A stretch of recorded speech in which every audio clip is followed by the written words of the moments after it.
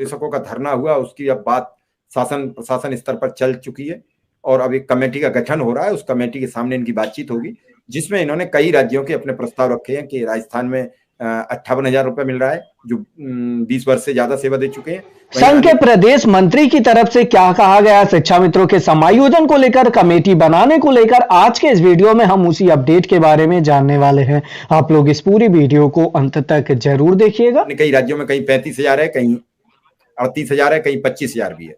तो इनका मानना है कई राज्यों के प्रस्ताव दिए हैं, उसमें किसी भी राज्य का प्रस्ताव अगर सरकार एडॉप्ट करती है तो मुझे लगता है कि सुशील कुमार को और शिक्षा मित्रों को वो प्रस्ताव स्वीकार कर लेना पड़ेगा, और वो यही इनकी मंशा भी है, किसी राज्य का भी आप एडॉप्ट करा दीजिए, उसी हिसाब से हमें नियमितीकरण का एक प्रस्ताव दे दीजिए, आगे चल के उसी पे टीए डीए समस्त अलाउंस हमारे फिक्स कर दीजिए, सभी कुछ उस नियमितीकरण कर्मचारी की तरह हमारा फिक्स कर दीजिए।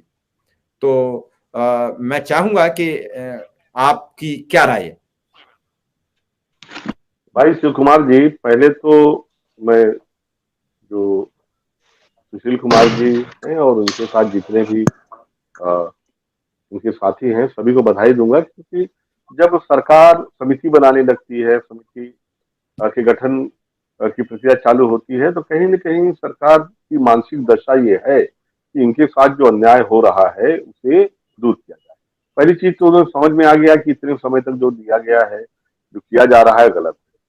तो सरकार की मनोदशा पहली बार स्पष्ट होती है जब वो समिति गठन करने की प्रक्रिया में आती है। दूसरी चीज, ये जो इनके जो संगठन हैं ये ऑलरेडी अपर हैंड में है, क्योंकि अन्य राज्यों में समान कार्य समान वेतन के तहत अधिकांश राज्यों में इनके जो वेतनमान है पुनरीक्षित हो चुके हैं।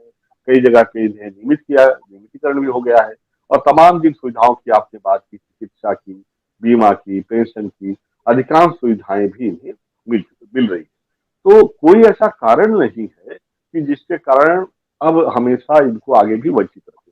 दूसरी चीज क्या है कि कोर्ट में जो मामले गए हैं उसके कारण भी एक दबाव बना है। तीसरी चीज, अब चुनाव में ज्यादा दिन नहीं बचे हैं। लोकसभा के चुनाव मैं समझता हूं कि अप्रैल के आसपास, मतलब ये देख लीजिए 1 महीने 1.5 महीने के अंदर ही घोषित हो जाएंगे, और अप्रैल में संभवतः हो जाए, अप्रैल में। तो अब उसके लिए भी प्रक्रिया चालू हो गई, उल्टी गिल्टी चालू हो गई। तो वक्त आ गया है कि रेवड़ियां बांटे और जो अन्याय किए हैं उसे ठीक करें, और यह सही समय है कि इनके यूनियन के जो नेता हैं एकजुट होकर दबाव बनाएं, भाई विक्रम सिंह जी हो चाहे सुशील भाई हो, ये सब लोग एकजुट हो। और मैं तो यही कहूंगा कि एक एक सदस्य को इस यज्ञ में आहुति देनी चाहिए अपनी, और एकजुटता दिखानी चाहिए। शासन यही देखता है कि कोई भी संगठन कितना एकजुट है। एकजुट संगठन अगर नाराज हो जाएगा तो वोटों पे प्रतिकूल प्रभाव डालेगा, और तभी उसी के कारण ही निगोशिएशन पावर इनका बनता है।